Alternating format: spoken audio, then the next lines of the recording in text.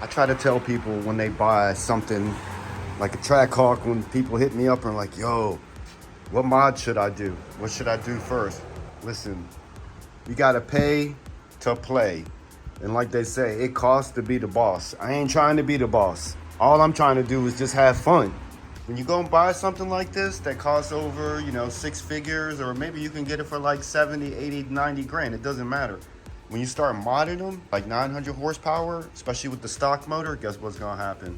It'll live, you get plenty of runs out of it, but eventually, you're gonna get a hole in that mother think I'm playing. Ask me how I know. Then you go and say, you know what? Okay, what do I do? Go back stock, or do I build the motor? You go and drop, 20, 30K in building a motor.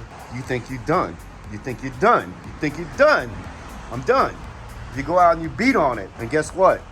Bam! That 30K, gone. Goodbye. So what do you do now? You go back to a stock motor? Do you drop another 20, 30K into it? Well, if you're an idiot like me, fucking keep feeding it. You just keep feeding it. And feeding it. And it never fucking stops. You just can keep going until you make up your mind, I don't want to do this anymore. That's not gonna happen to me, but this is the life. So I'm just telling you, don't go broke building your fucking dream car unless you can afford to do it twice. You can't afford to build a motor twice, put out 30 grand twice for a motor, don't fucking do it. I'm telling you right now. Because you're going to be sad if you can't fix your shit. My shit's been down for 2 weeks. You got to find a shop. And then once that, you got to wait in there. And then it's got to be worked on. So you're going to be down a month, 2 months. Unless you know somebody.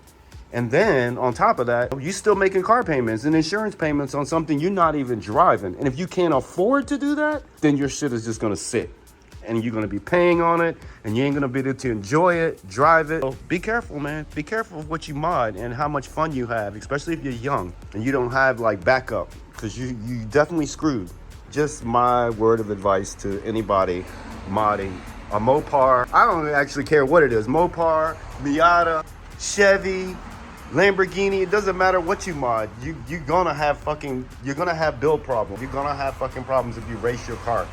If you race it and beat on it, you're gonna be doing this a lot. This is my 3rd time, and it's not gonna be my last, because I'm not saying my next motor is gonna blow up, but I'm gonna blow something else up. I'm still running stock transmission, stock transfer case, stock rear diff, stock front diff, stock drive shafts, because I don't want to upgrade that stuff. I don't need to go balls to the wall unless I have to, unless I gotta replace it, then I will. But other than that, I ain't dropping that. I ain't dropping that money in there. I fix it as it breaks.